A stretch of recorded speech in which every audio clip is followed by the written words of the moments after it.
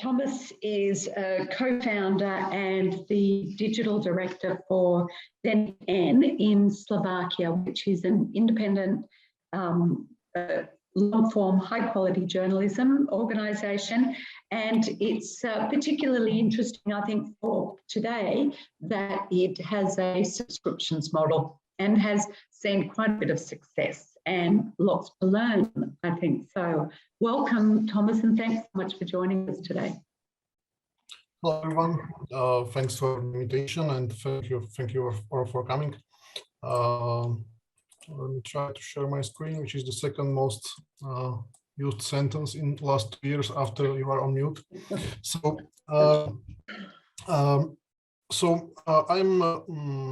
my background is in journalism. So I was just very briefly, I was a journalist for 15 years.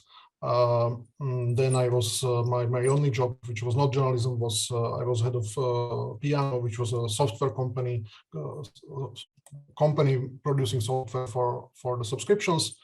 And 7 years ago, or now it's almost 8 years ago, we started a new newspaper in Slovakia. So I will tell you very briefly, in maybe 15-20 minutes, a quick story about what we do, and especially how we focus on subscriptions and what works for us, what doesn't work for us, and then hopefully we can have a discussion.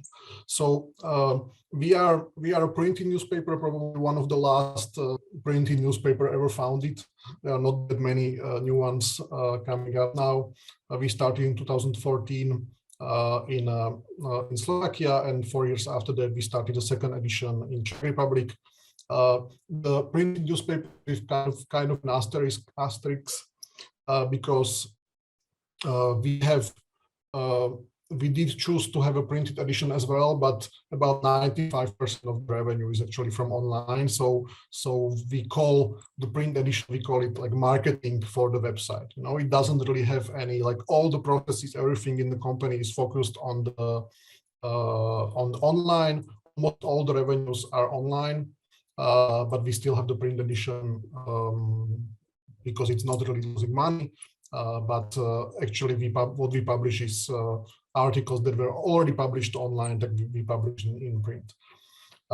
We started under very strange circumstances. We used to work for the biggest newspaper here in Slovakia in 2014, biggest broadsheet paper. It was bought by an oligarch, which was connected with the biggest scandal here in our country. So we basically said, okay, we are not willing to work for such a guy, and we will leave the old paper and we will establish a new one. So we had a very strange setting at the beginning. So we had only journalists, no one else. You know, we had one software developer which we hired, we had one salesperson which we hired, we had no one else. So when we thought about the business model, obviously this was very like a strange idea that we could somehow establish a new paper and survive, and even a print paper. We knew that when we were thinking about the business model, it was kind of an easy decision because the oligarch guys, they were threatening all our advertisers, you know, so they were telling them not to advertise with us. So we knew, okay, we have no idea if someone will actually advertise. So we will have to go with the reader revenue. And also, you know, we didn't really have a sales team, and we were not really sure if it makes sense to make a sales team. We didn't have managers to make any other kind of income. We said, okay, the only thing we can actually do, we actually know how to do is write articles.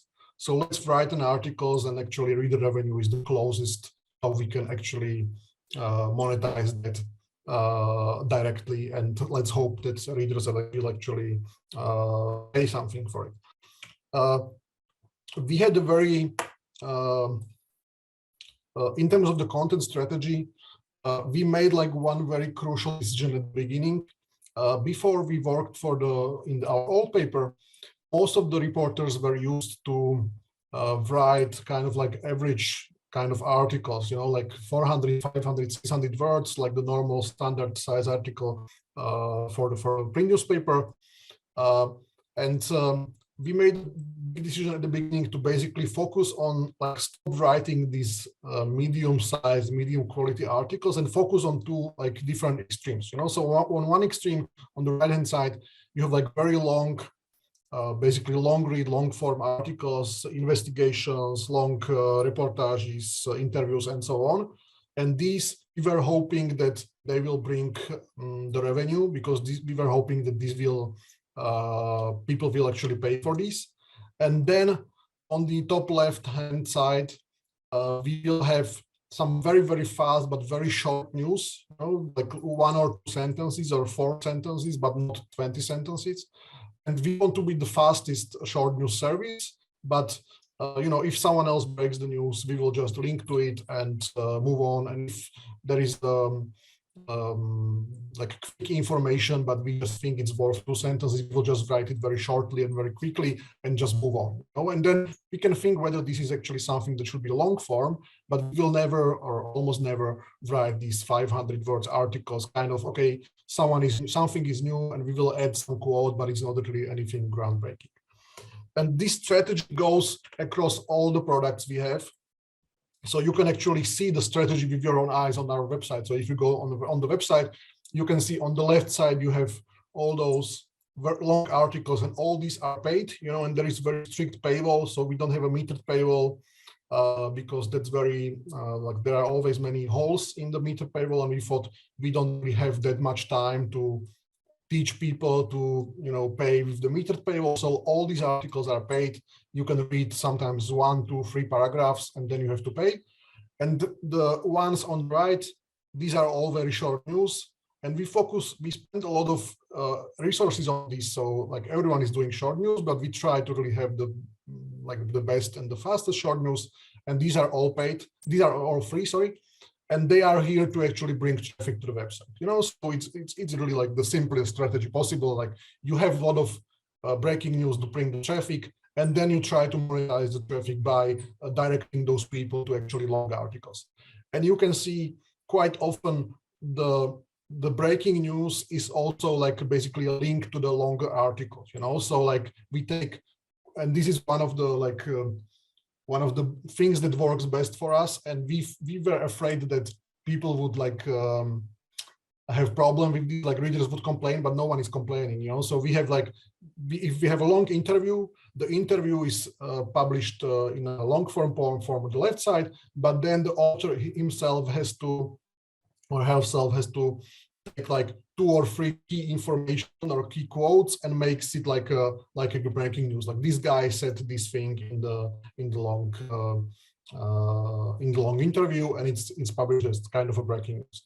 And you can see the same strategy across all the products. You know, so if I move to the apps, we have 2 different apps, and they are completely different. Like one is for the long articles, and this is, the apps are almost defined by where you are when you are using them. You know, so if you are at home in your bed at night, you know, you shouldn't be doing that, but everyone is doing that. Like you are reading long articles. So this one app for the long articles is only for subscribers, and it's really created in a way that it makes it extremely convenient to read long articles.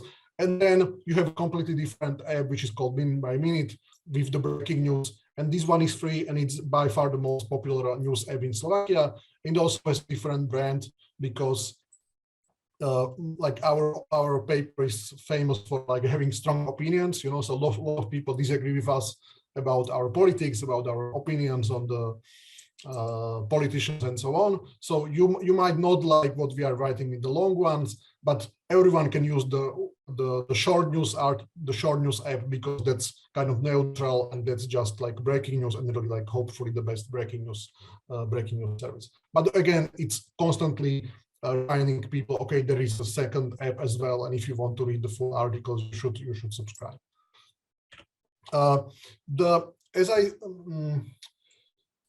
As I said, we had we only hired the first marketing person, I think, after 4 or 5 years. So we didn't have any marketing at the beginning, and now we have like one guy is doing marketing, but he's also doing all our podcasts, you know. So we have like 40% of the marketing person now employed. So from the beginning, we knew that okay, there's no one else, there's no special subscription department, there's no special business department. It has to be like every single employee, every single journalist actually has to be the one who cares about the business outcome as well, because if we don't all care about the business outcome, then we will not exist in half a year. You know, the money will just run out, the money from crowdfunding, and we will go bankrupt. So we didn't on purpose, like that always like a talk about the wall between editorial and business. We have the wall between editorial and business in the advertisement, but there's almost no wall in the subscription business. So we are on purpose, we are telling journalists, we are very open, we are telling them all the information about the subscription business. So this is first example is every single reporter gets email like this every morning, and it says, okay, the best-selling articles yesterday, the first one sold 60 new subscriptions, the second one 4, third one 3. You only get information which article sold most subscriptions, and then below that you have which article. So how many new registrations did your article bring? You know, because we have a lot of like registration payroll instead of subscription payroll. So that's the first email that everyone gets. Now, so that's a daily, then weekly, every reporter gets an email like this, which says, okay, these are your articles in last 7 days. And so this is how they were doing. This is how much you can see the sales and the registrations, and also like third most controversial. Okay, these were the articles that you wrote, but actually didn't have any like impact in terms of the sales. Now I have to excuse me for a second. I just have to let my cat out of the room. So.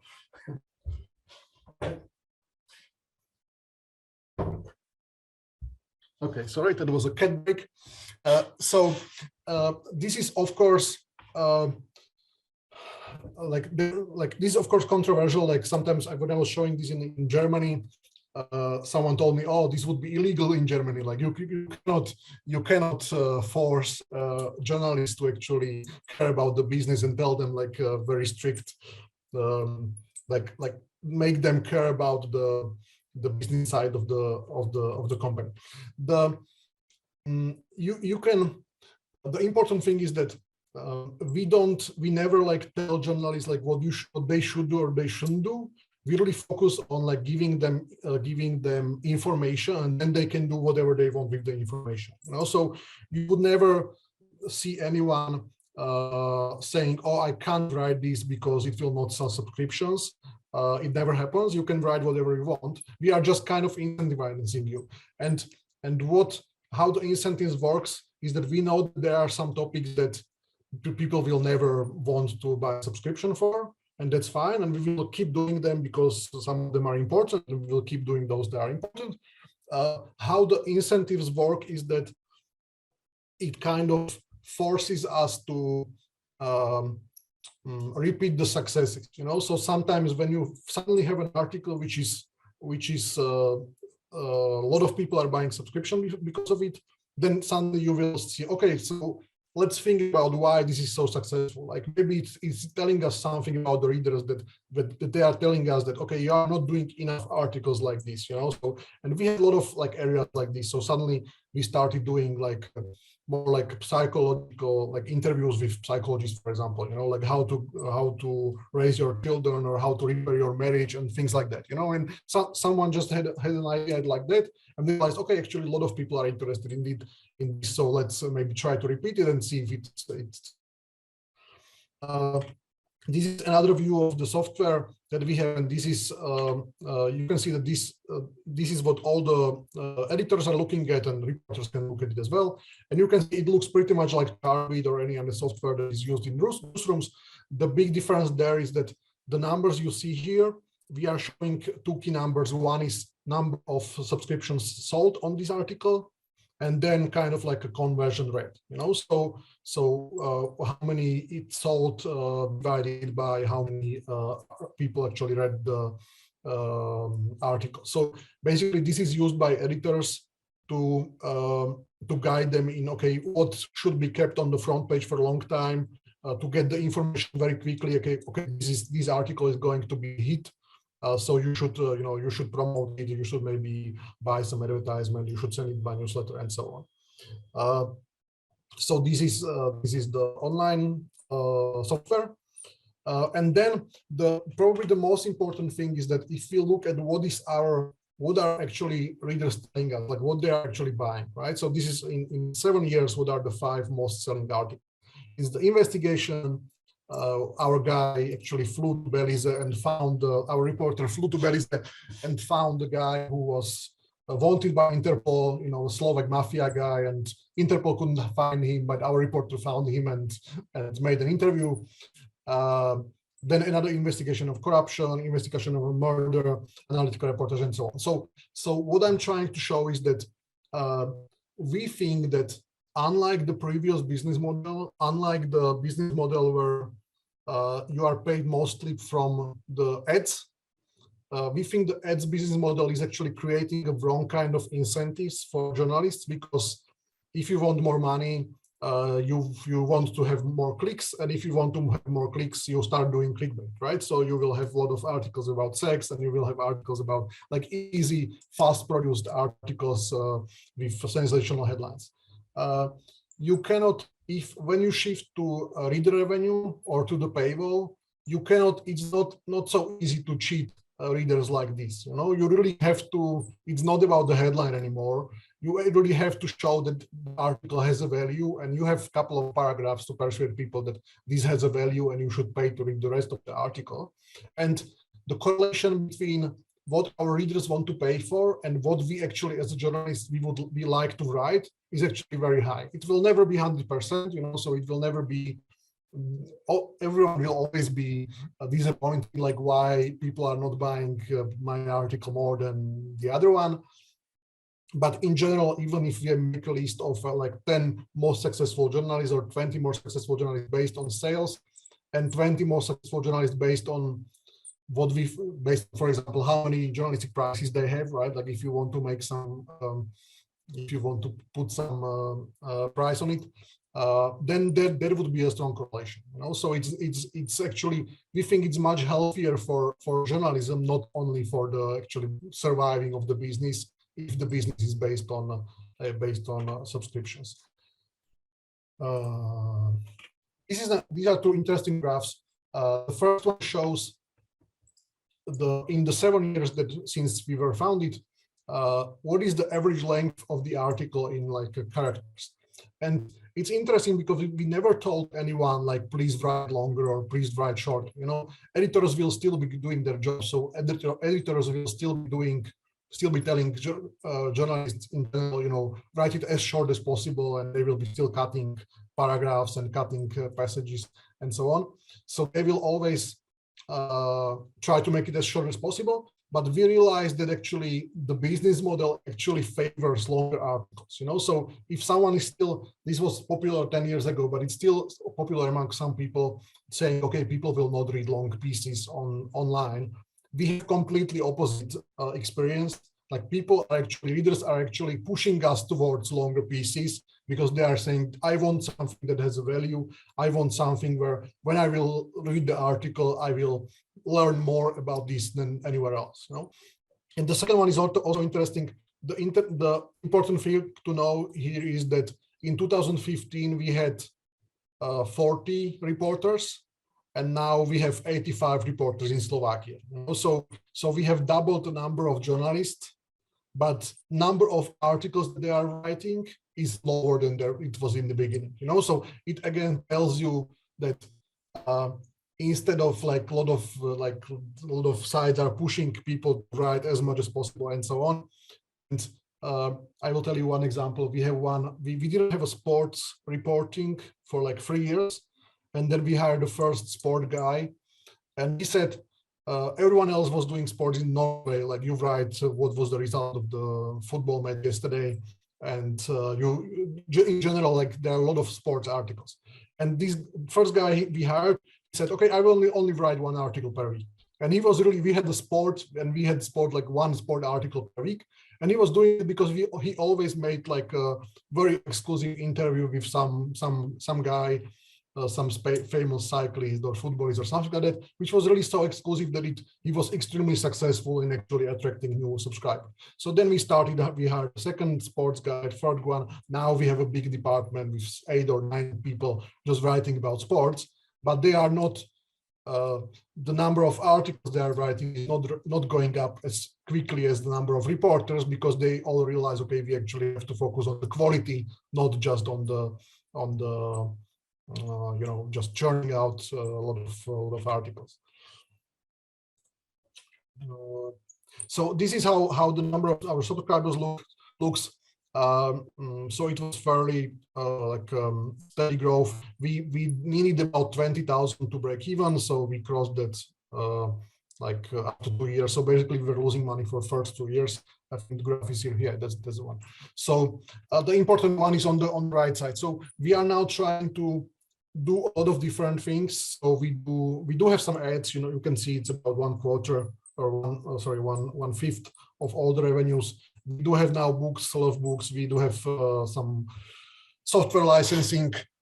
We still sell print, but still the share of online subscription in the total revenues is actually still going up, because the online subscriptions are the ones that are most easily scalable. And also the most important thing in this success is that it really helps if you can say, if everyone in the company knows that, okay, we are mainly focused on online subscriptions and that's our job, and everything else is secondary. So then all the normal fights you have in all the companies, like, okay, can we put these more ads? Can we launch this new section and so on? It's always about, okay, what will it do with the online subscriptions? Like, will it be good for readers or bad for readers? And will it make the experience better or worse? And then usually the ad department always loses, and the experience kind of wins, which helps in the online subscription. This is how our funnel looks like. So there are 4 million adults in Slovakia, 4.4 million. We have about 1.7 million visitors on the website. 300,000 are registered. 140,000 people paid at least once, and at the moment about 1.7% of the Slovak population is paying our subscription. That's about 73,000 people.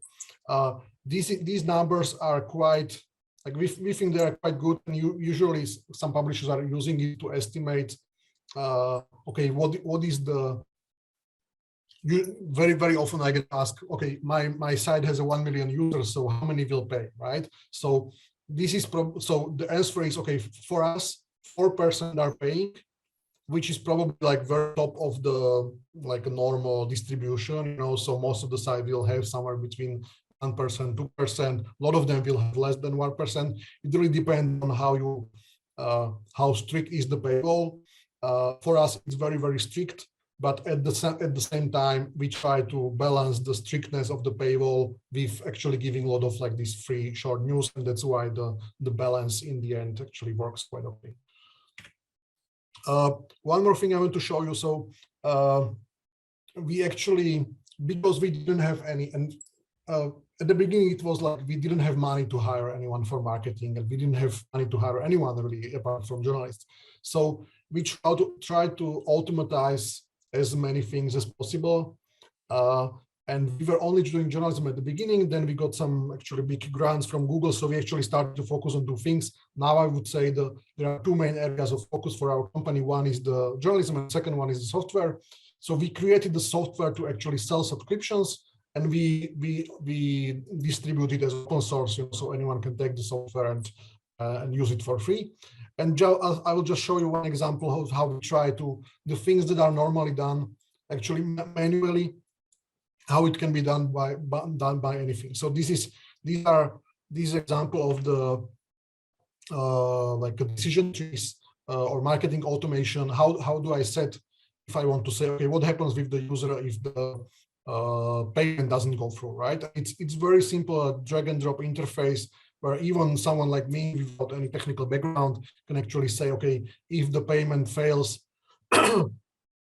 show this banner. If it doesn't fail, then I want to send this email. I will define the email. I will then tell him to wait 10 minutes and then do something else. Let's see, it's like set goal, okay, the email was sent and so on. You know, so this is a system that not only anyone can define, but anyone can actually look at it, and the CEO can look at it, and editor-in-chief can look at it and can see, okay, this is what is actually happening in the system. This is what kind of emails we are sending, and if I want to change the email, I will just change it. This is the second example.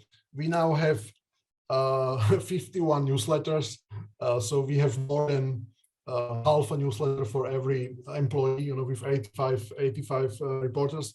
And we can only do that because we made it extremely easy to actually do. So we made it, again, we don't have anyone tasked with newsletters. We don't have a single person who would be taking care of it, but every editor reporter, which is managing his own newsletter, can actually do it himself. You know, so this is a very simple example.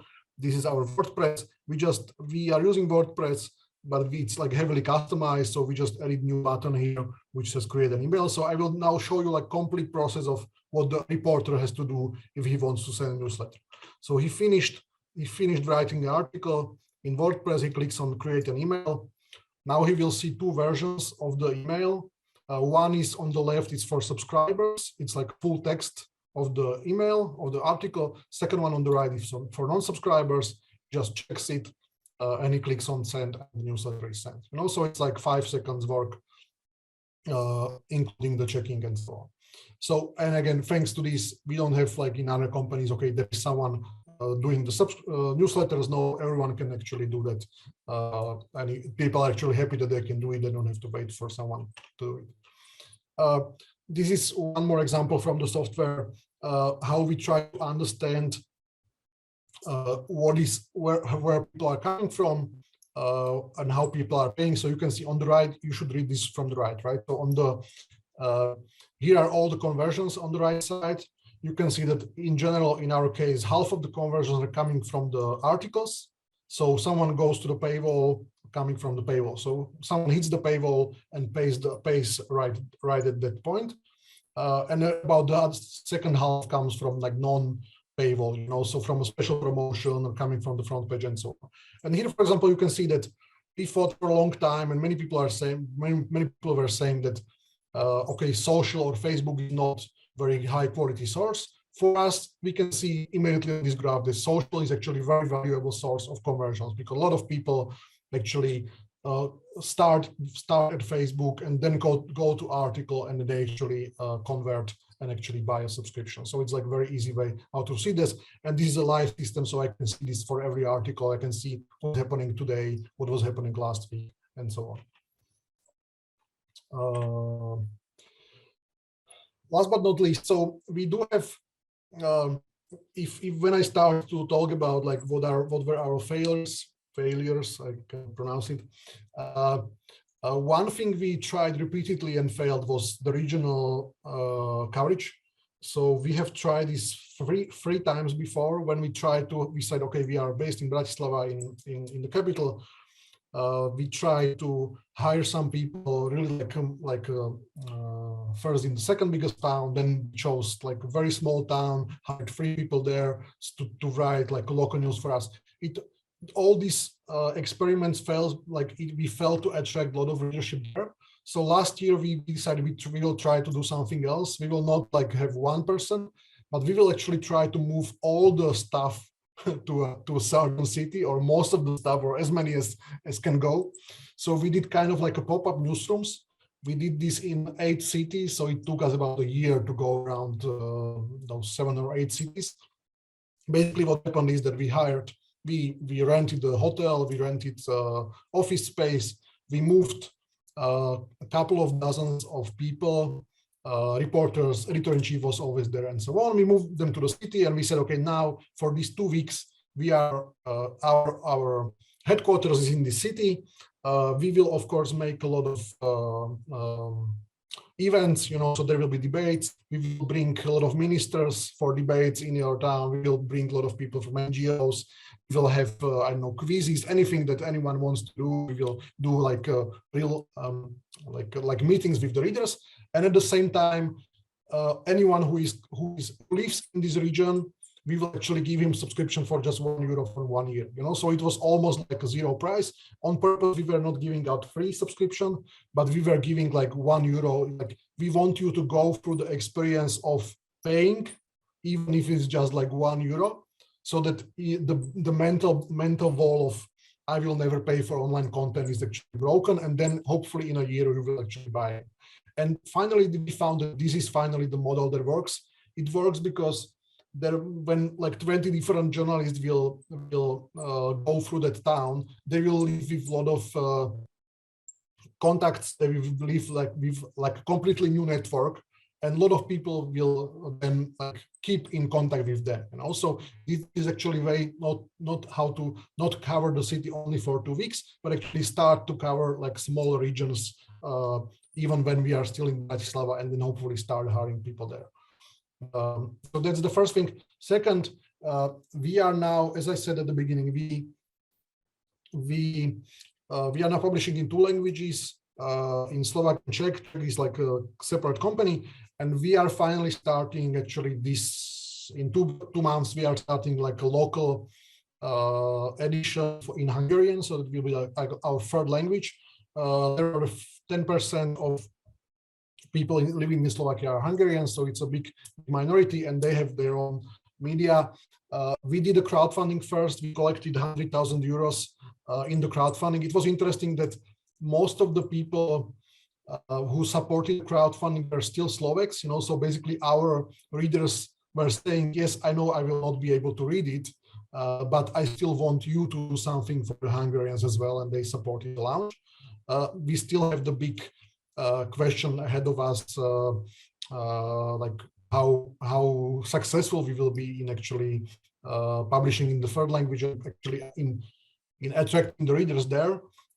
But this is the biggest new project we had in those 7 years. We hired, I think, 10 or 11 new people for this, which is like 15% of the staff, and we will hope to start in May. So I hope the next time I'm talking to you, we'll be able to share something about the minority language experience as well. And I think that's quickly from me. So now let me check if there are some questions, but please, I'm not sure if we are going to questions now, or if still want to take over, but I'm open to questions. I think I sent you one question in the chat. So does the one at salesperson create anyways to pay for our sales? So if you are asking about the sales, the advertisement sales, we have now 2 people. Again, this is 2 people who are doing all the advertisement sales. They are doing, I don't know, something like €100,000 revenue per month. And this covers, when I was showing the graph, this covers just quickly, this part, the orange one, the ads here, right? So that's the structure.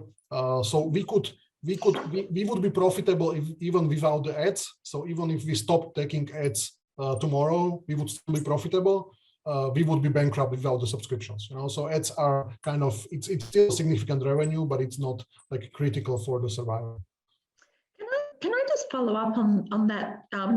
So if most of your revenues is coming from subscriptions, I mean, how does that influence the kind of advertising that you sell as well? I mean, I'm assuming it's a completely different strategy as to if you were relying predominantly on advertising. Like, is there a tension, or is it actually more valuable, do you think, the audience that you're on selling to the advertisers because of the way it's crafted around subscriptions? It's surprisingly, even for me, it's not that different from what others are doing. So I was for like 10 years now, I'm dreaming that our ads should be more expensive because we have a lot of paying users and they are more valuable and so on. It's not really true. They are a little bit more expensive than on the other side, but not like by a huge margin. And we don't really do like anything drastically different than anyone else. So there are a lot of direct sales, as much as those 2 people can do, and then there's a lot of programmatic, and we are trying to do a lot of sponsorship. So, for example, The two products that work for sponsorship very well are the newsletters and the podcasts. So there, the prices that we can sell for are actually quite high, because those people are really engaged, and a lot of people are doing our newsletters, and the podcasts are free, of course, and they are also quite popular. But otherwise, I don't think we are doing anything differently. We are just doing it on much smaller scale. So if someone wants to have a special, we are always losing. If someone advertiser wants to have a special project or wants us to create a special landing page or create like 5 different ideas, we will tell him, no, we will not do that, because we don't have capacity to do that, because our biggest competitor has 50 people on sales department and we have 2 people, so we will not have like special new ideas, but we try to do it like extremely efficiently. Okay, I have a few more questions, but I'm going to hand it back to Stilly, and I'll because I know other people have questions first. Great. There is a question in the chat from Mira, and maybe we can go to that, and then I have a couple of comments. Thomas, so Mira asks, is there not an expectation from subscribers to have an ad-free experience because they're paying a subscription? Do you find that question comes up, and if so, how do you deal with it? Yeah, the way we do it is that the interesting thing is about ad-free version is that everyone asks about it, but not that many people are willing to pay for it. So a lot of people, it's something that people talk about, but not really. We did, and we were getting a lot of questions. So now we are selling free tiers of subscriptions. You pay €5 or €7 or €9 per month. And for the €5, you get all the ads. For €9, for the highest one, you can turn off the ads. So that's the feature of the highest level. You can just click the button and you will turn off all the ads on the website. And for the medium tier, it's something in the middle. So we actually say the value proposition is you will see less ads, and the way we do it is that we define a higher floor price for ads. So you will see less of them because we only allow expensive ads to be shown to those people. And I don't think many people are upgrading because they actually will pay €2 more because they don't want to see the ads. They like to complain, but they will not pay. But at least we now know how to reply to them. We just have a reply. Okay, if you don't want the ads, okay, please pay €2 more, and you can remove it, and that's the solution. Yeah, I would concur with that, Thomas, as well. We offer our members the option to turn off ads, and very few people, less than 10% of those people, actually turn them off. But we also do that where we don't abuse the user experience by putting 20 ads on a page. We limit the number of ads, and so that people are okay with that. You mentioned the 3 different tiers of subscriptions, and I don't want to jump too much into the detail just yet, but this is quite interesting. What would you say is the distribution of the 3 tiers? The 5, 7, and the 9. What percentage of people overall go for 5, and what percentage go for 7 and 9? What's the split? Yeah. So for the highest, the most premium one, this is 10% of people are paying the most expensive product, and this was always 10%, even when we didn't have anything in the product. We did very strange thing at the beginning. We said you can pay €5 or you can pay €9, but there's nothing more in the €9. You are just paying more because it's really like pure membership. You are just paying more because we like to pay more, and still 10% of people pay more.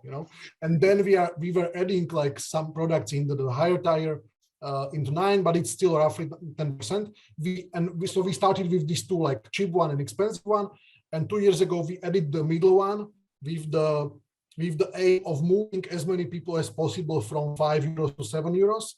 And this was actually very successful. So we actually managed to move. So now the split is something like, I think 60%, 50% has the medium package, 10% has the most expensive, about 40% has the cheapest, and that's including all the trials and so on. So we are slowly moving people from the cheapest to the higher one. There's a very famous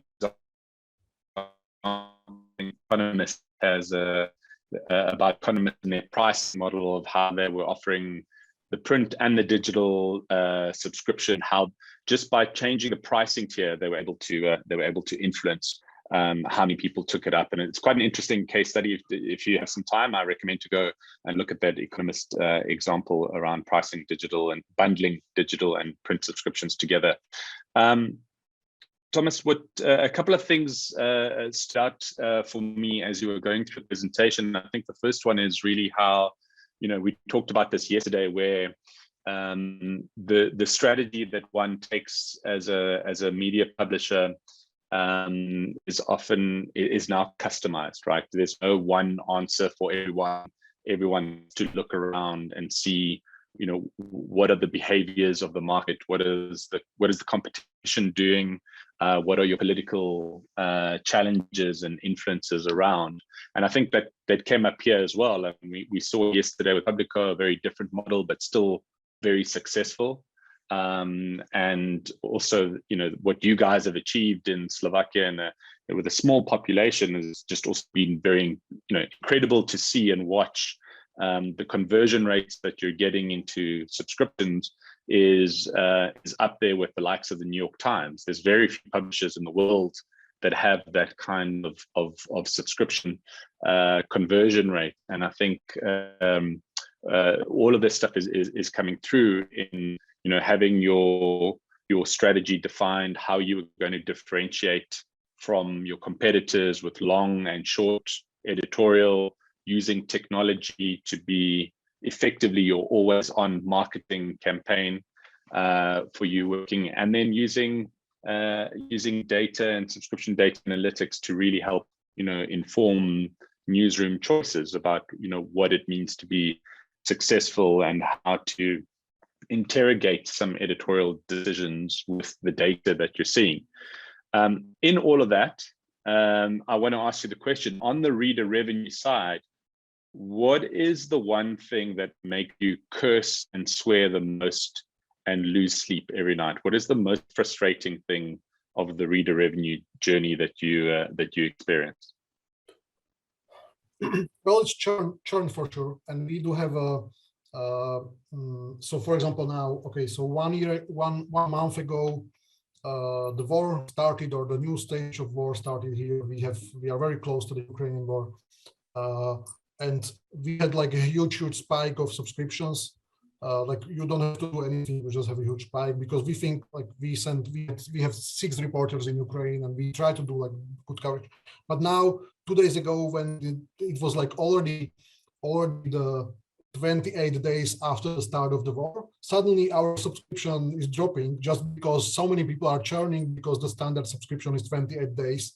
And a lot of people, we really have a huge problem. A lot of people just buy for 1 month and they are kind of hoping that, okay, I will only buy for 1 month and then it will be enough for me and I hope I will not have to buy again. No? So we were only focusing on sales really like for 2-3 years.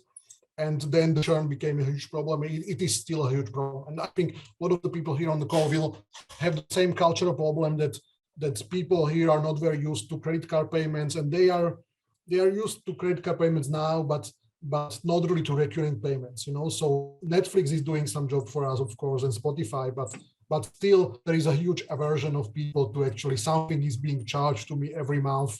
A lot of people just hate it, So this is by far our biggest problem.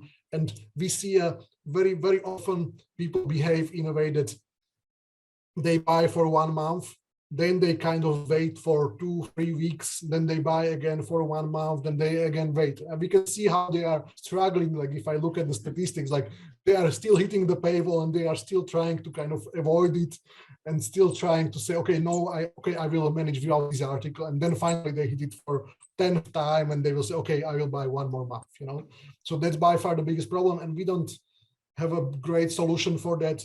We tried a lot of A/B testing on the window when we, for example, we know that when we try to force people into the recurring payments, like we remove the option of buying for just 1 month, you can still cancel anytime, you can still cancel the next day, but just remove the words only buying and non-recurring, the number of conversions just drop at that moment, so it's actually terrible result if we try to force people into recurring, so we are kind of envious of the New York Times and all the guys in the US, where it's just normal to put your credit card and just being charged every month, and this is a huge problem.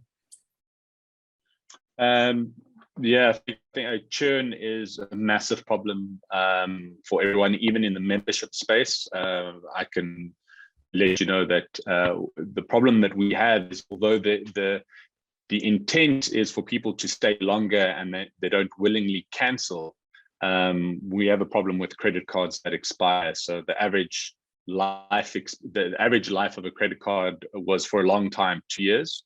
By the time someone signed up with us, maybe they'd already been, they already had the card for a year.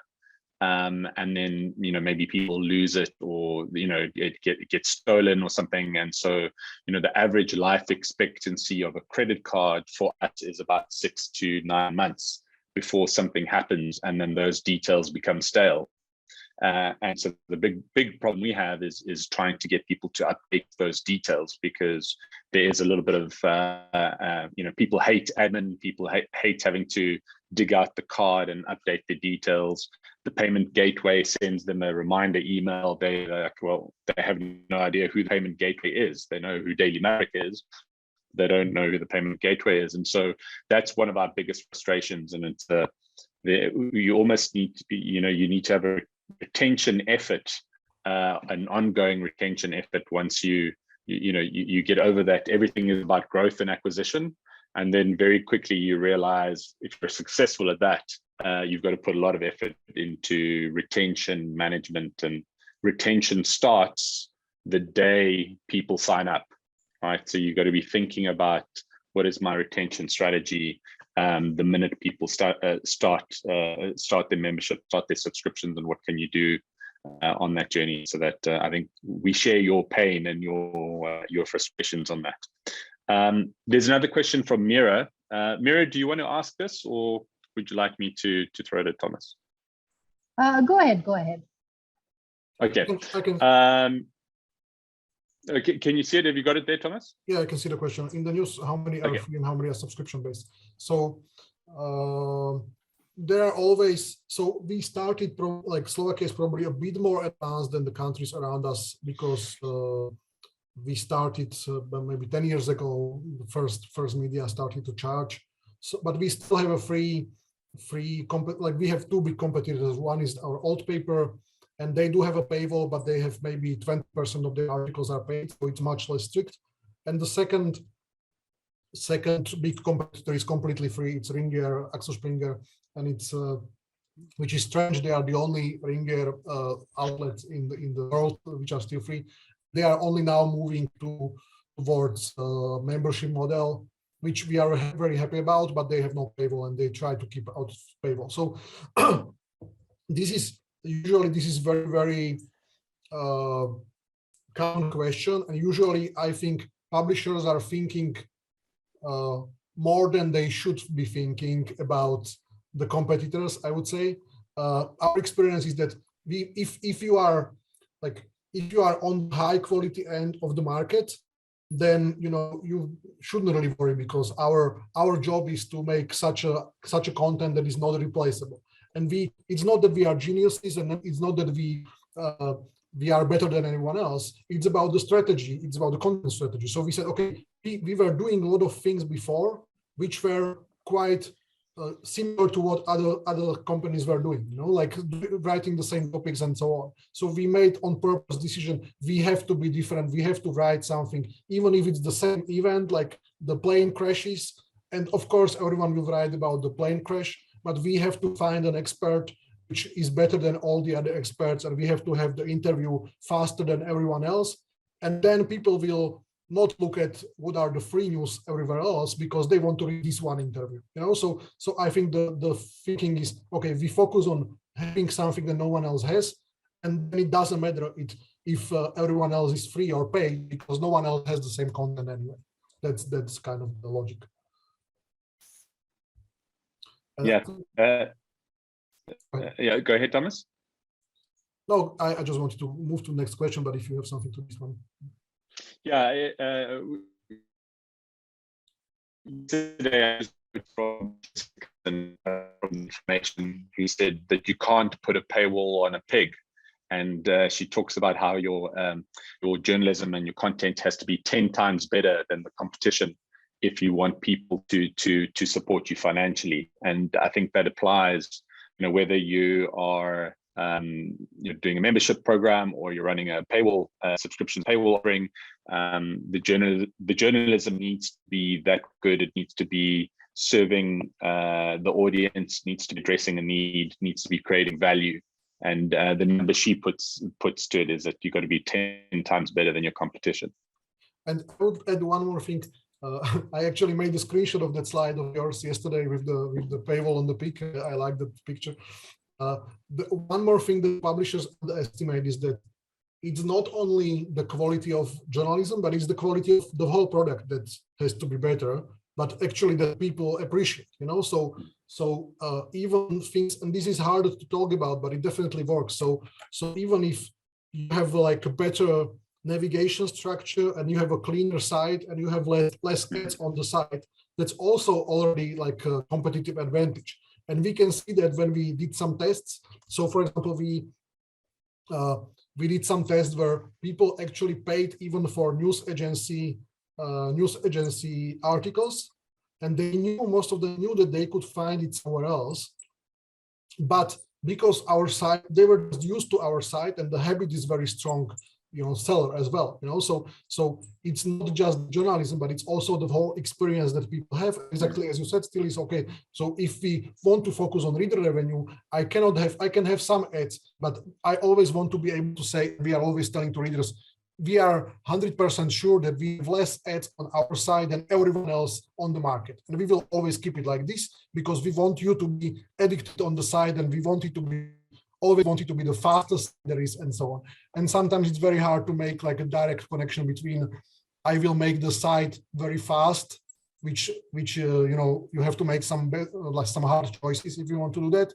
But that also means you are better than everyone else, and it also can mean you are kind of fulfilling that Maxim, you said that okay, I want to be 10 times better than the competition, but it's not just the journalism, it's mostly the journalism, but it's also the quality of the user experience that user actually has. Yeah, journalism is one part of the product, and the user experience is another as well. Jackie, do you have a question or a comment? I do. I have a couple of questions, but I wonder if it would be interesting actually, because I know, Mira, if you want to talk about, where you're coming from with these questions, and also maybe Anton, I mean, I know both your situations, when you're thinking about building, reader revenues online. Mira, coming from India, there's most of the other media are not charging, or what particularly is your concern? You're raising most of the money through donations, through small donations, right? That's your reader revenue section. Yeah, we have both smaller donations as well as a few larger grants. But my question was about, you have the daily news space where you would want to subscribe. It's like getting the newspaper like we used to earlier, right? So you would want to have an access to something that gives you the latest, so you're on top of the news. But when you have niche spaces like I don't know, entertainment, book reviews, or things which are not necessary, which are like optional. It's not that we're dependent on them for our, we don't need to consume it daily. And there's also this fatigue, like how many do you subscribe to finally? From that perspective, what I've seen here in India is that many of the business platform media sites are making it subscription. They have newsletters. There are multiple products. But in other spaces, I don't see much of a subscription model happening. And I'd be curious what's working elsewhere as well. Membership is having some success though in India, I think, isn't it? Well, News Minute, at least. We'll see. Yeah, that works to some extent. Again, it can't be the mainstay. Like when you have subscription, it can be the mainstay because especially if it's a daily news, it's like, you're a newspaper subscriber, you have that every day. You used to go into a site and scan. But the niche topics, niche space, is what I'm wondering how it can pan out. Well, if I can offer some thoughts, so I think it depends on the niche. That's the first question. So in general, like people will pay for something where they already have where they have the habit. So it's very hard to if I'm visiting some site two times per month or four times per month, I will not pay for that site because I don't have a habit of using it. But that's why, for example, newsletters or paid newsletters are so successful in some niche areas because I don't need to remember I have to visit this 4 times per month. So if I'm really very interested in a special niche, you are not in that starting position because I'm really interested and there are probably not that many other sites that are actually doing that. The only problem there is the habit.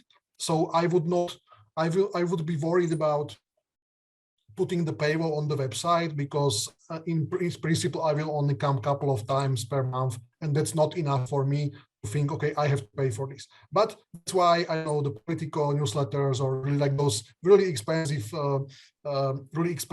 products actually work quite well. If you will deliver me the news once a week and I will get all I need for my work, or all I need for my very special hobby, or if you will find some other way how to deliver this to me, then I think this can work. So I think 2 areas where, so in principle, I think this should not be it's not easy, but it's not impossible. The 2 areas where I think it's the hardest is first, like local news. We all know that local news are not sold in the US and they are not sold in Europe, and I don't think they are sold in anywhere, in terms of like how to get people pay for local news or how the product should even look like.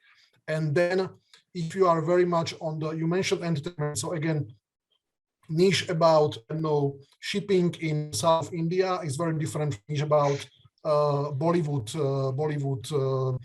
stars. So shipping is probably will be very successful because those people in shipping really need those information, right? If you want to have a Bollywood, sorry, I hope I'm not like stereotyping. Just you mentioned the entertainment. So if you want to be an entertainment, you better be really by far the best one in entertainment and have the exclusive interviews with stars that no one else has, because then people will pay. Because what Tom Cruise did last week or yesterday, everyone has that news, so that's very, very hard to monetize, I think. But if you go deeper into that, if you go deeper into niche, either if it's connected to someone's work, of course, that's very easy then, or if it's really like exclusive content, then it's possible. And if it's not exclusive content, I think there will still be, I'm usually saying like, the more expensive your journalism is, the more you need subscriptions or the revenue in general. If you have a lot of like, and I don't even mean this in a bad way, like cheap journalism, but like news about what happened in the Hollywood with Tom Cruise yesterday, then it's not very expensive to produce because you kind of take it from other sources. Then you probably don't need to have the read revenue because advertisement can actually cover that, and everyone will be somewhere else on that scales. Thanks. Yeah, I think that makes sense. So, Stilly, I've got just a few sort of questions, Thomas. So when you went through, like, like how some registrations come off the articles and how some of the subscriptions, come straight off the articles, I wondered, do you actually like go deeper into the stories that do convert subscribers to understand, like, what is the formula or the mix? Like, is there any process within the newsroom where you kind of get together and you deconstruct the story, or things like that. So that was sort of one question, whether there's a kind of deeper learning and sharing, and what could you tell us about that? And when you said, like, that your stories have been getting longer because that's what readers want, is that just from the data, or is there some other kind of audience research that you do and that you could tell us about? And then I think finally, what struck me particularly, because I think this is the problem that so many of us face, is that we don't have the kind of innovation infrastructure in place to innovate quickly, or to, like, as you say, just to throw up a newsletter. And so what could you share for small newsrooms? How do you get yourself ready so that you can innovate? Like, you can just like test a newsletter or a podcast or some other kind of products. Okay, so in terms of the learning process, so there is no formal, so again, we think a lot about the feedback we are giving to people, and then we kind of let them do what they want, so there is no formal debate like what we should do, but for example, the emails are on purpose set that everyone receives the email with the conversions just before the morning meeting of the editorial staff. And if there was some huge success yesterday, then the editor-in-chief will be the first one to mention it. He will say, oh, this was really successful yesterday. You saw how many it sold and so on. And what will happen is that people will naturally, like, everyone wants to be successful. So if you are successful, you will immediately start thinking, okay, what was the reason why this was successful, and let's do it again. There is one famous example, like one colleague of mine did many years ago an interview with a relationship therapist, like about how to save your marriage, something like that. And it was a huge success, like the biggest story of half a year. No one expected it. And since that time, like every 2 months, we have an interview with another relationship therapist, and we probably already interviewed all of them in Slovakia. And it's always a different interview, and it always works, because for some reasons we discovered the hole in the market where no one was actually doing this. I don't know why. So, and of course, it's not always the same reporter. It's all kind of reporters are doing that, So you always have a new content. It's always high quality, but you try to repeat it until it works. And when it stops working, you can still do it if you want, or you can try to do something else. And that's one thing. Second thing, there are some learnings. Again, there is one famous example if there is an important story and it doesn't work as you want it to work, next time you will still do the same kind of story, but maybe you will try to do it a little bit differently. You will try to see why it's not as popular as you think it should be. And one famous example is in terms of genres. We realized that we really do a lot of interviews, and this is in like Western journalism, this is the kind of like not very popular kind of interview, just like a question answer, just like the most simple genre really. And we realized if you have the same story and if you do it in the style of interview, it's always more successful than if you do it in like any kind of different style, like conversational interview, or like just writing a story about it and so on. So people got used to, like, we really have, I don't know, maybe 10 interviews every day, and because they are relatively easy to do, and it's not, you don't have to think as much about the interview, about the structure, as you have to think about reportage or something like that. And still people want to read it. And we even have some hypotheses about why is that. One hypothesis is that we do have a big problem with fake news. We do have a big problem with trust in journalists in Slovakia. So we know that we have a lot of readers who don't like us. They are still paying, but they don't like us. So they are still paying because they need some information, but they don't have a lot of relationship with us. But if it's an interview, they say, okay, this is not really, I'm not really buying the journalists, I'm buying the expert who is talking there, So I don't have to trust the journalist, but I trust the expert that I want to read what he's saying, So that's one hypothesis why it works. So the structure, the system is really try to repeat the successes And if it's not successful, then try to change it a little bit next time and see what happens. It's still so much unpredictable that you will never say, I will not write this because it will not sell, because every week you have so many like surprises there that it's impossible. So then second question, audience research. We do some, now we started doing like a lot of, we started asking people a lot of questions because we realized that they actually like it, like we have a very, very high response rates on any questions we are asking people. So now we actually use this as retention tool, which is kind of like a shady thing to do. But we know that before your subscription ends, sometimes it works better if you ask people what you didn't like about us and what you liked about us. And even if you want to remind them of these are all the great things that we did for you, we do it in the form of tell us which 3 things were the best that you saw on the site, And it actually, we look at the answers, we are interested in the answers, but we also use it as kind of nice way of reminding them what they are getting. And we did some like official research as well, but what we can get from the data of actual usage is always much more useful than just asking people, like this is the traditional way, like people always say something else than they're actually doing. Also, of course, if you ask people, what would you like to read? It will be culture and it will be, something else. But of course, based on the data, the culture will always be the last one, what they actually read, so. And you also asked about the innovation infrastructure. For us, the huge step was when we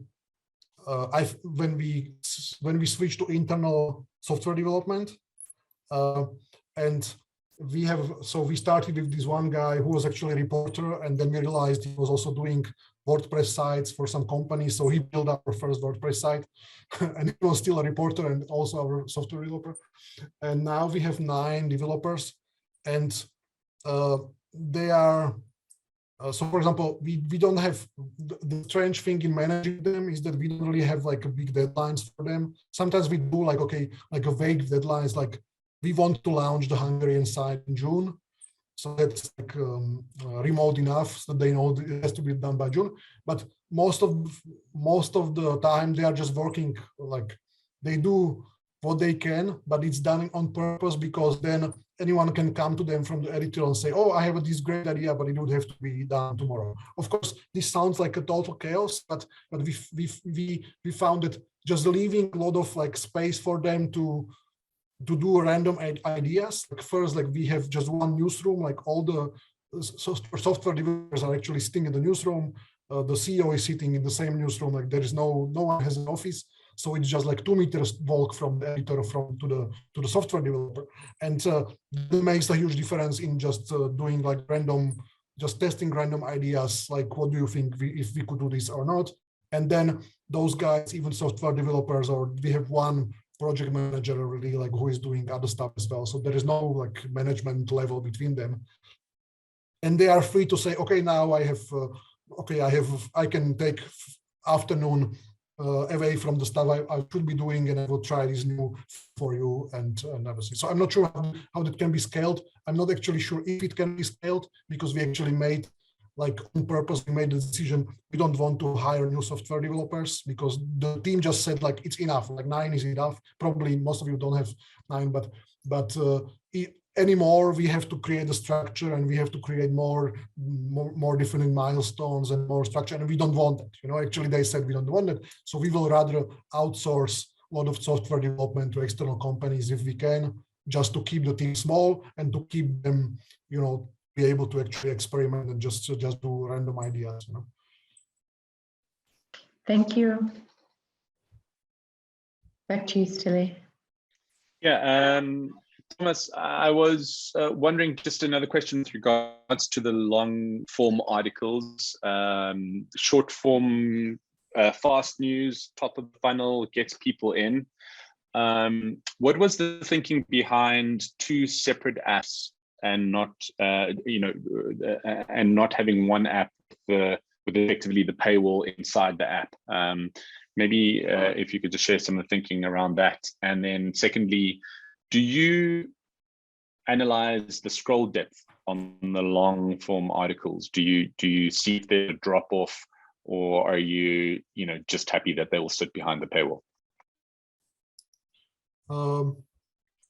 We actually had at one point we actually had 4 different apps, which was completely insane, and of course it's like extremely expensive to maintain them. But the thinking, and we think like 2 is the right number. The thinking behind it is really like the use case. The use case is based on where you are. That's really how we are thinking, and we wanted to have the use case of I'm waiting for my bus, and I have like 20 seconds to look at my phone before my bus arrives, and that's one use case, and you have to have this short news app and nothing else. We thought that people will just use those 2 in like 2 completely different scenarios. Either I want to know what's happening and I have 20 seconds for that. I want to have like the most convenient way how to find out what's happening, or actually have half an hour to read a long article, So that was one reason. Second reason was that, as I mentioned, is that we were worried that our paper is has strong political opinions, and we are like strong liberals. So some conservatives don't like us, and many from the parties don't like us. So, and there is nothing we can do about that in the long articles, because that's the opinions we have. But we wanted to separate that from the like neutral news, So we wanted to broaden the audience, because there are not that many readers left in our country who are very interested in political news. They only read us, right? But if we want to have more broader audience, because there are so many people who are interested in other things than political news, then we want to have like more neutral brand, which is the fast news service, So that's why it has a different brand name, and that's why it's kind of neutral. So even if people who don't like us for the opinions can still use the different brand, which is kind of neutral. Okay, I know what's happening, and I know they are lying to me, because these are just the facts. And is there a lot of marketing or some targeted marketing inside that app to convert people into the paid for longer form service? It happens because there are no ads, for example, in the free app. It's very, very clean, very fast, and there are no monetization directly there. But like every 5th or every 7th post in that fast news, breaking news app will be a link to our article, actually, and it still has a value, so you don't have to read the whole article. It's not like, please go here and read the article. It will be actual quote, and it will be actually useful information in the form of 3 sentences.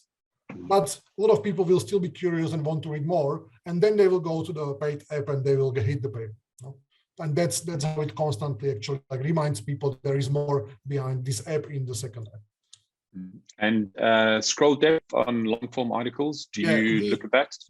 We do have that information, and even reporters have that information. So all the time when some reporter is like thinking too much of himself or herself, I always like show this, like, okay, this is how many people actually finished reading your article, 12% or something like that. So that's, but otherwise we do have that information, but I'm not really sure if it's useful or not. Like we actually can switch the software for like between paid user and non-paid user, so I can independently analyze how many of free users like hit the paywall, actually read until the paywall, and how many of paid users went to the half or finished and so on.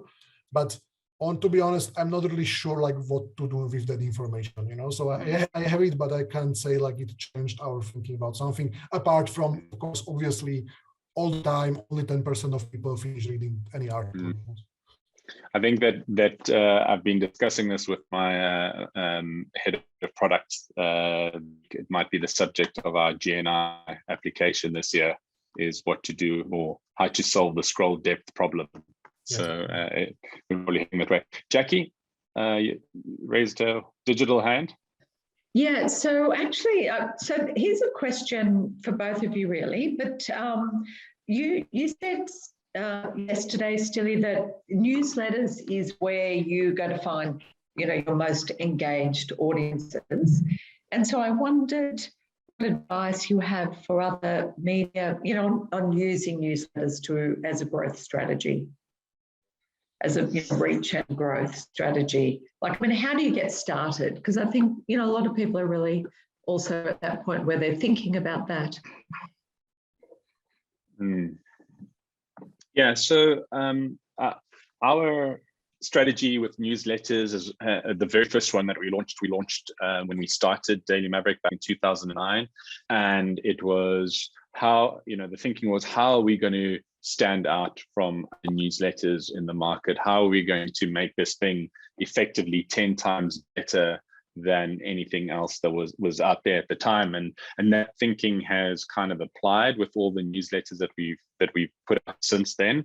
And back then it was, most newsletters were automated. They were just algorithmically created listicles of what was on the site, and they were automatically generated and then sent out at a scheduled time. So very little human involvement, very additional value that was being offered and created to readers. And so our take on that was to get a human to wake up at 4:30 in the morning, scour the wires to see what happened overnight while you were sleeping. And that was the first section, was called While You Were Sleeping, right? These are the 3 or 4 big stories that happened overnight, and then written in a conversational tone, so a little bit tongue in cheek, adding a little bit of a little bit of cheeky humor to your 6 a.m. plugging back into news ecosystem. Then some of the bigger stories on Daily Maverick, what's coming up today in the South African context and environment. And that was our way of sort of elevating this product to be better than the competitors. And we were very lucky and fortunate that that strategy paid off in time, as we realized we needed to do more of these, and they've grown. And since then, our members newsletter is aimed at giving people that insight into what's happening behind the scenes, what kind of there's a note from myself and Branko, our founder, or one of our senior journalists or editors. So there's our take on what's happening in the world, or something big that's coming up that we need their input and engagement on. And so that newsletter was up until very recently the most successful newsletter for us in terms of open rates. So north of 50%, which was to be expected because it was going to our most engaged audiences. And then we recently took on a tool called Hearken, which some people might be familiar with, but it allows us to collect reader input and feedback at scale. So think of it as a Google form on steroids, which then helps you categorize all the submissions, so you're not dealing with all these individual different pieces of feedback. And then we then turned those submissions from people into a newsletter and into articles on the site. And I can tell you that those newsletters get on average about 65% open rates, because it's being generated, that content is being generated from input and feedback from our audience. And so engaged journalism is really playing a big part for us in that space. So it's the principles are the same. How can we do something that differentiates us, that elevates us versus what else is out there? And if we can add something that is more in tune with the needs of our audiences, and the newsletter just happens to be the delivery mechanism for that, then that's great. All those things combined, all those principles are across the line for us.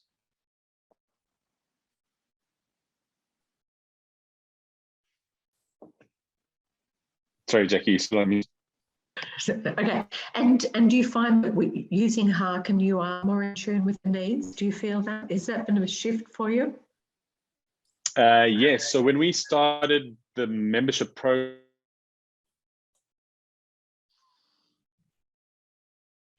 Uh-oh. Was a big part of what the team did. But so it hadn't yet. We lost you for a few seconds there. Yes. Yeah, better start again. Yeah. So when we started,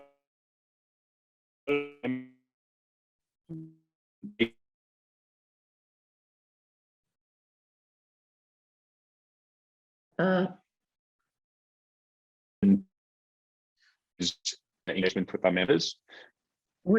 I don't know if I've frozen or you've frozen. You froze. So sorry. Did I think freeze? it was you.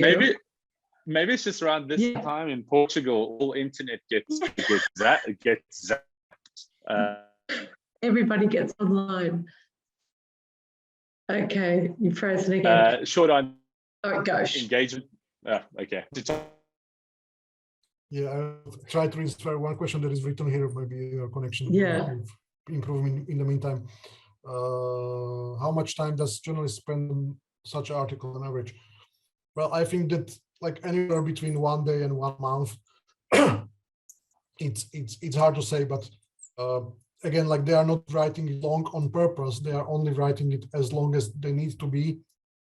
And some people are more productive than the others, and some people write longer than the others. So it's not, if you want to spend 1 week or 2 weeks on writing one thing, that's I think very exceptional already in our case. So you have to be very persuasive to be able to persuade your boss to actually give you 2 weeks or something like that for something. But usually you are working like on more different things at the same time. So we are not in that like American dream journalism, like when someone is working for half a year on one piece. But we try not to be on this like link farm where you have to produce 3 articles every day either, you know, somewhere between those. Still, you look live now, so try to say something. You are muted now. I'm muted. I lost you again.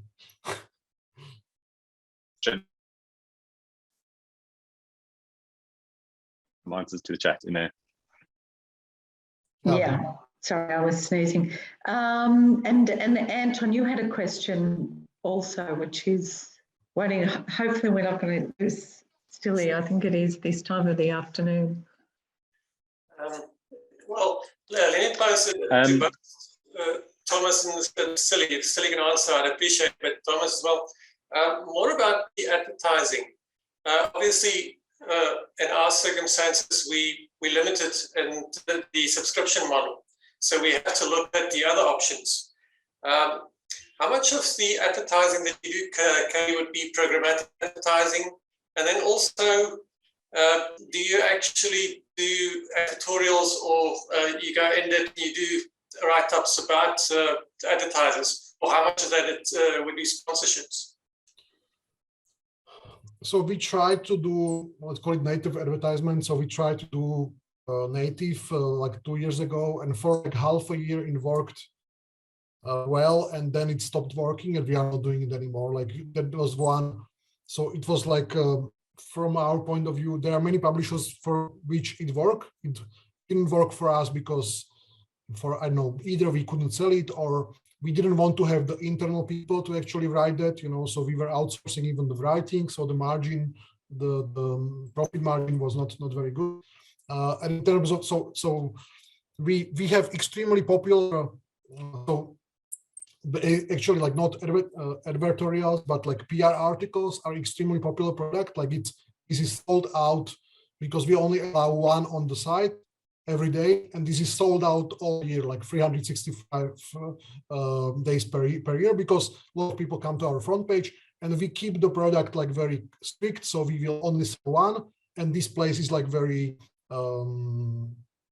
valued among advertisements. So that works, but otherwise it's mostly direct sales and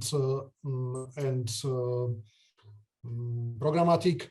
I would say maybe 60% maybe is from the display, maybe 60% is direct sales, and the rest is programmatic. And that's about it. You know, so we don't really have any like secret source there. And the one area where we failed was clearly the advertorials or the like native advertisement, let's call it. We just don't know how to do it. Even when our head of sales, he came from the other media outlet where 80% of their ads actually in Hungary and 80% of their ads were native ads, but in our market it just didn't work. You know, so I think it's very market dependent.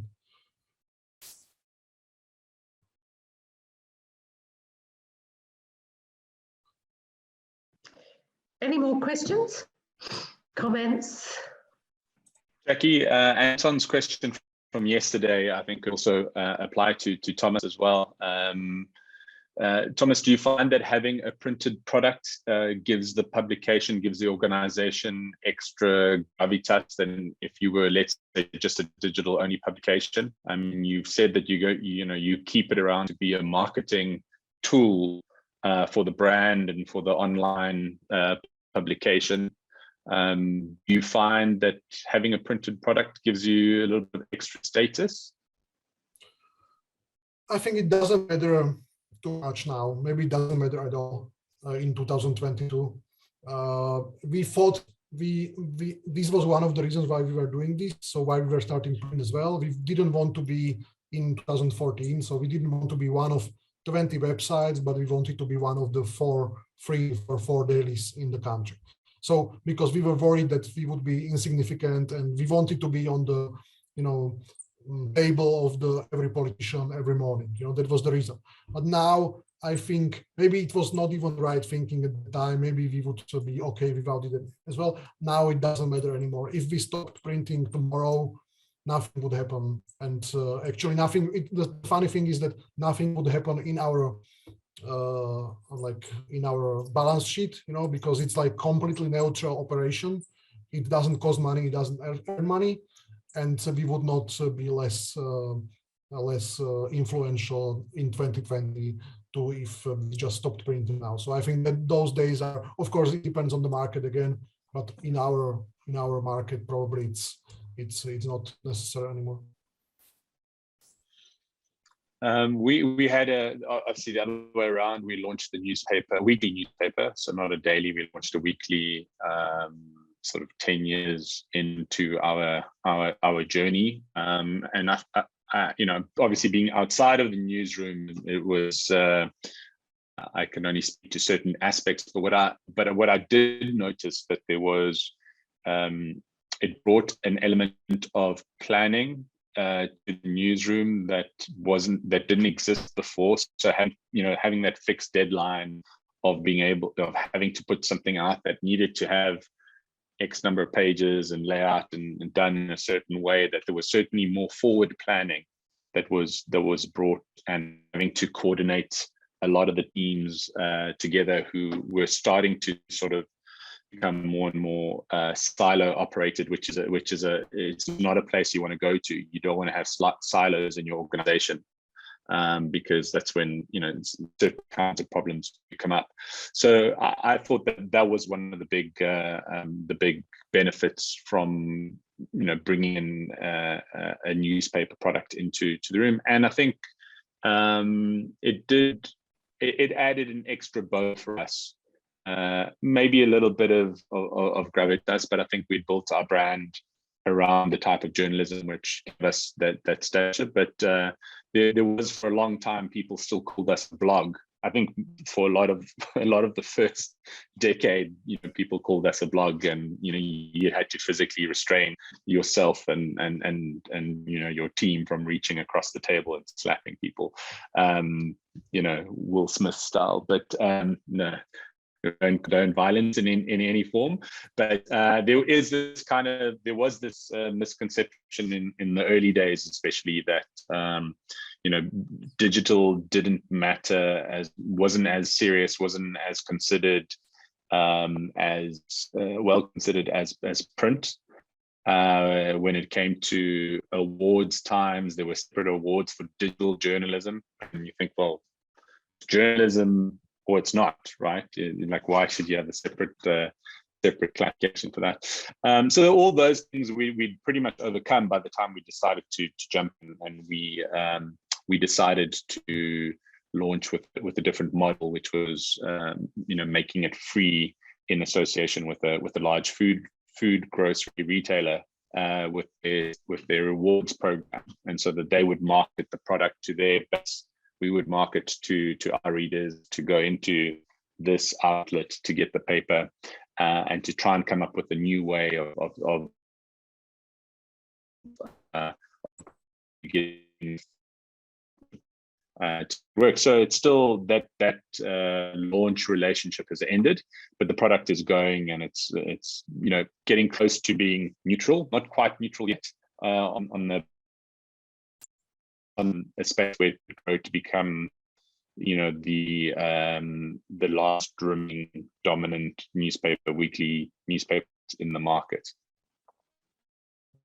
I will add maybe one more thing. Like one value that print has is that how to say that, like people value print more than online, right? Like we all know that if you can touch something, then you value it more than if you can't touch it. And the best way how to like kind of extract money from this value we realized is that we are very successful in crowdfundings of the print products when people pay for someone else to receive the print, So one of our very successful projects is that we also have like monthly printing magazine, and for at least 4 times per year, the magazine is sent to schools. So we make kind of like education magazine, I don't know, about Nazi past in Slovakia, or about critical thinking, something that children in school should learn about. And the business model for that is very interesting. Like we always make, for each issue, we make crowdfunding. We say, please give us money, and for that we will distribute these magazines for free to all the students in Slovakia, for example. So it's a little like huge operation. And if we even tried this, we tried to do the same kind of thing as the New York Times, like please donate money to us so we can give digital subscription to students. This is very hard to make it work. Like people don't really see there's a big value. But if we ask our subscribers, please give us more money so we can give printed newspapers to students, then they really like support it a lot, and we collect 50,000 euros for each one, so it's actually very profitable activity when our readers are paying for us to produce printed product, distribute it for free to someone else, and this, we are trying to tweak this idea so it works very well for students. Our Czech paper actually has a very successful subscription, which is called Online for Me and Print for My Parents, because everyone is worried that okay, my parents are reading all kind of insane conspiracy theories online, and my grandparents and their friends are sending them Russian propaganda and so on. So I will buy Online for Me. I will read the article online, and you will send the print to my parents, so they are exposed to true information and not just something else. So that's kind of the same idea, is that I'm willing to pay so that someone else receives this information in printed form, which actually this doesn't work if it's in online form, So that's kind of like very interesting usage of print that we are still exploring. That's interesting. Can I ask a question? Yesterday you talked about you were using like questions in the newsletter, in your newsletters as a way to engage. Did you say that, or was that Virginia? I think it was you. And my question is that, like, how do you, is it just is there some software that you use? Like what do you use? And I'm guessing you keep it as simple as possible. Like, is it just one question that you ask in each newsletter, or what advice do you have? So it really depends. Sorry, Jackie. It really depends on what we're trying to get out of that particular question or that particular feedback engagement, and we different tools for different types of feedback that we're looking to get. If it's just a simple, very quick survey, we might use a Google form. We did in the past, but we then started using Typeform for better looking surveys with a little bit more functionality. And so that's our choice of survey tool, if it's just a couple of questions or if it's just one or two. Book choice covers, for example, or the net promoter score. How well are we doing? How likely are you to recommend us to other people? If we are doing longer surveys, so benchmarking surveys, we did this with our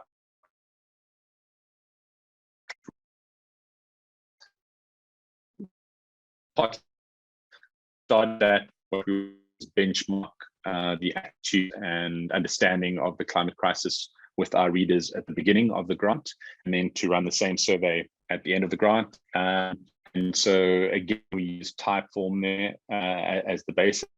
And then if we want to collect more intricate answers, more sort of free form answers, we'd use as the tool there, because it helps us categorize those questions. There's a bit of AI in the background that does that auto categorization for us, that we can then draw insights from without having to sift through 500, 600, 700 responses and then having to do that manual categorizing ourselves. So depending on how we want to use that feedback, so surveys for just for internal use. But if we want to turn that feedback into journalism, then Harken is probably the go-to tool for us. Anton? Yes. To Thomas, I find it interesting that you say you've got some projects aimed at younger people. But back to your subscription models, do you distinguish between how many younger people, even sort of in terms of how many women, how many men? How is your penetration into the youth market?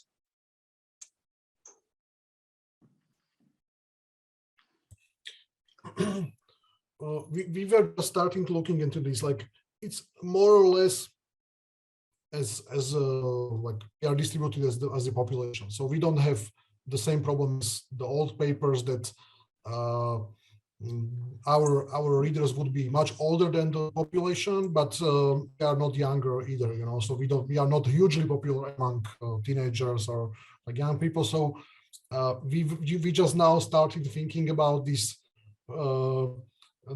like how we can more actively work with those around 20 years old. We tried, we actually got the grant for, we tried like long trial tests for students, and that had like very interesting result when we were offering them, please students, you can buy now, if you have an IC card, you can buy subscription for €1 for the whole year. So it was like extremely discounted price, and we were watching what they are doing during the year. And it was very popular. We had 5,000 subscriptions and they were gone in like one day. So if we had 20,000 or 30,000, we could sell these 30,000 as well. And we were watching how engaged they are, and they were actually highly engaged during that year. So we were worried that they would stop reading. They were actually reading, so it was not like they were not interested. But when the year finished, only about 1/3 actually reacted to like a new promotion, which was still not the full price, but just like a lower discount than the previous. So they were highly engaged, but suddenly the churn was huge after that 1 year, and we are not really sure yet why, but that's where we are. So that's what we are now exploring. So I can't say we have like a great answer to the questions of how to get 18 years old to read our news, but we are trying to find some answer. Thomas, we have to wait for them to become more angry life, and then they'll come to us. Yeah, well, then I'm optimistic, that will come. So.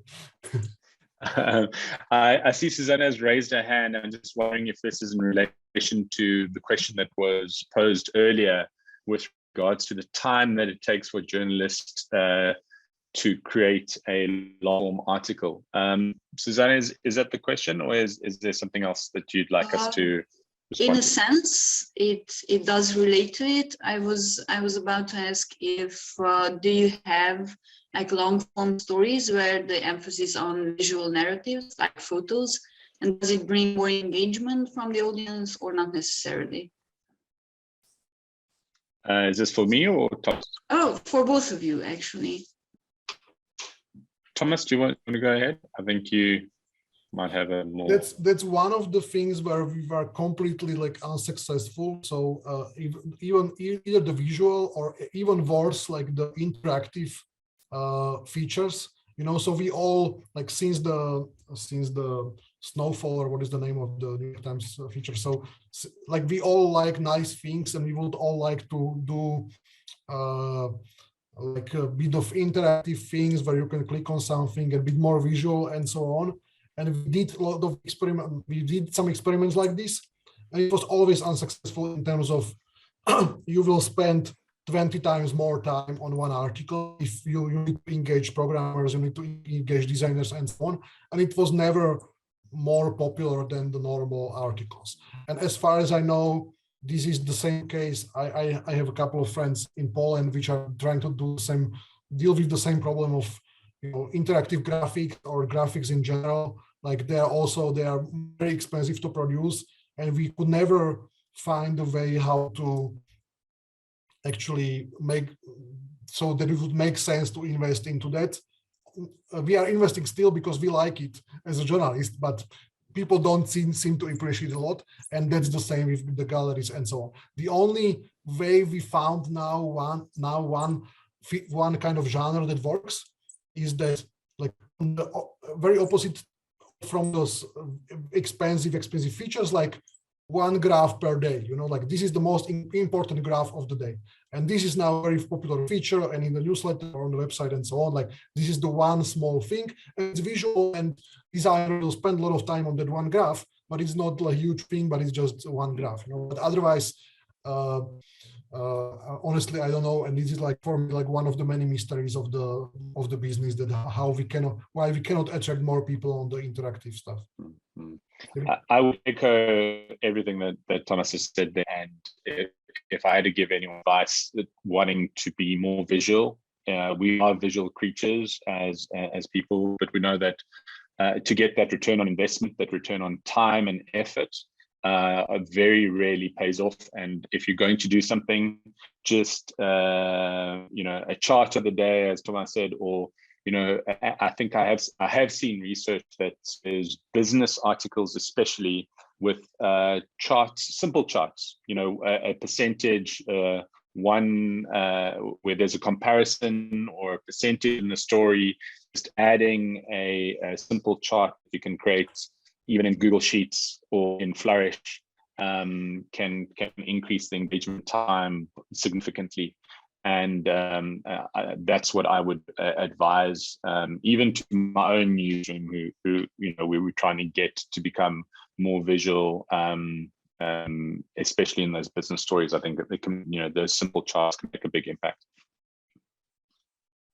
Yeah, and that's actually one of the hardest things to do in the newsroom, like to switch. We went through exactly the same process, like how to people who are used to writing, how to like persuade them that, okay, instead of your 6 paragraphs, you can just have one picture, but please, like, you have to learn how to do the picture in Google Excel or in Google or in Excel, because they feel like they are writers and they need to write texts, and just switching them to, you know, one graph will tell it all, you know, is actually a very hard thing in the culture of the newsroom. But I agree that it's exactly what the readers actually want to see. And then the previous question around how much time does a journalist spend on an article on average on a long form article? Thomas, do you have an average that? Yeah, I think I answered that. I answered that, but you didn't choose, so you go ahead. Yeah, so I guess what we also have a bias to longer form articles, so you know, 1,000 words plus. Most of them, I would say, are around that 1,000 word sort of area. And I think what we've become known for is, someone described us as people who do medium news, so not fast or long, fast or slow news, but do medium news fast. So that's how and so people will sometimes turn around a 1,000-word piece in a day. So, or within a couple of hours, depending on who that is and how important that topic is. And so we've kind of grooved that into, most of our team. So we will put out quite a few long form features on a daily basis. And, that's one of the big challenges that we have. Is the society is starting to overwhelming for the individual. And so we need to figure out, how do we best address that?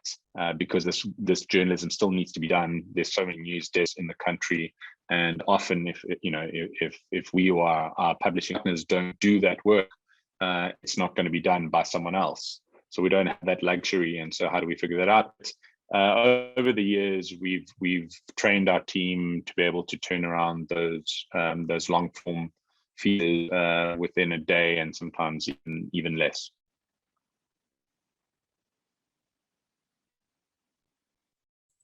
Investigations are different, as Thomas said previously. Sometimes those can take weeks, months to prepare and to put together. And then once they are ready to go, as a team, we'll get together and go, okay, well, how do we maximize and leverage the effort that's gone into this investigation? How can we amplify this? How can we keep this investigation in the news cycle, not only in Daily Maverick, but in other places too? How can we bring in PR for this article and this journalist so that it gets onto other media platforms? How can we, elevate it on social media? How can we invite other opinion writers and guests and op-eds around the piece? How can we put video to go with it? And so what we really want to do for our big investigations is make sure that they live beyond the sort of few hours in the news cycle that can sometimes drown them out. And so we want to make sure that they live on beyond a very short shelf life.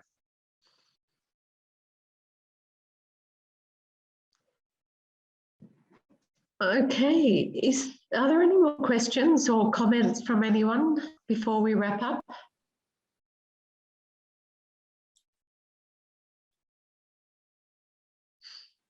Stilly, Thomas, any final thoughts?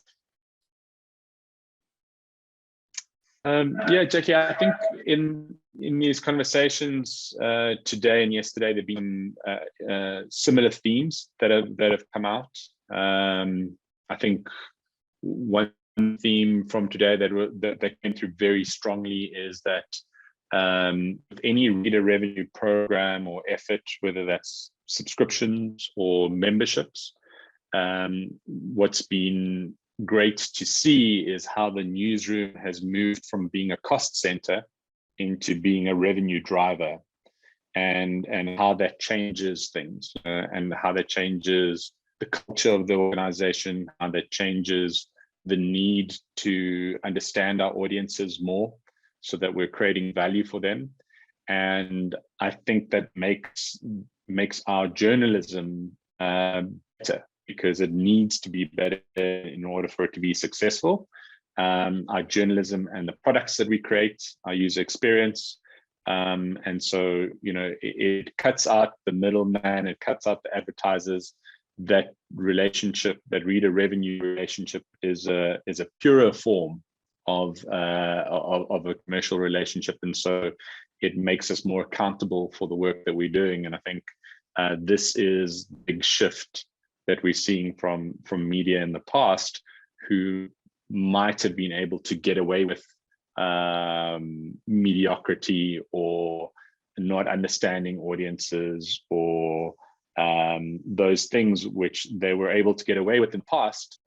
You just can't get away with in a reader revenue that requires a direct relationship between ourselves and our readers. And I think that has come through quite strongly in all three presentations. This is what we need to be working towards as foundational to the success of a modern media organization.